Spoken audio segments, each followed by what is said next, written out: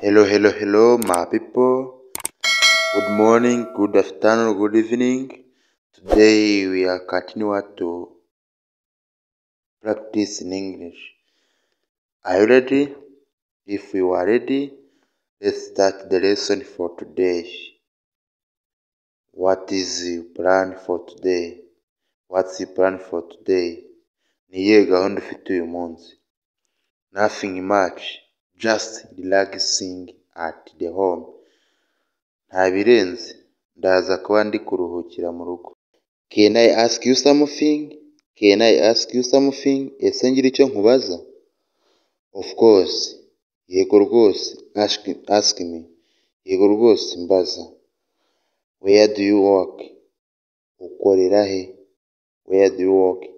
I work at the hospital. What about you? Nkora ku bitaro. Nawe wowe? Are you free this weekend? Uraba ubohotse muri iyi weekend? Are you free this weekend? Okay, let's start the lesson. Nkomeza kukibutsa gukora subscribe, share, comment and like. Let's start the lesson. Yes, I'm free. Do you wanna to meet? Yego ndaba mbohotse. Ushaka ko duhura? How was your day? Umunsi wawe wagenze ute?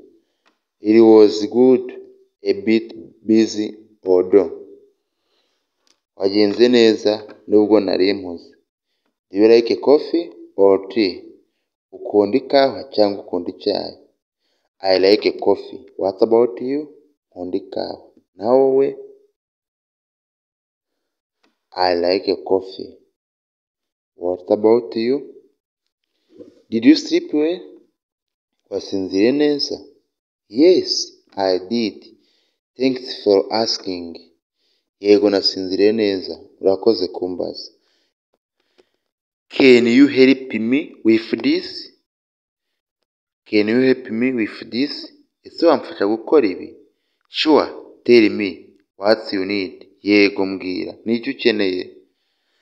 Thanks for watching this video. I love you so much. If you enjoyed this video, don't forget to subscribe, share, comment. Niba iyi video yagushimishije, ntibagire gukora subscribe, share na comment. Thank you.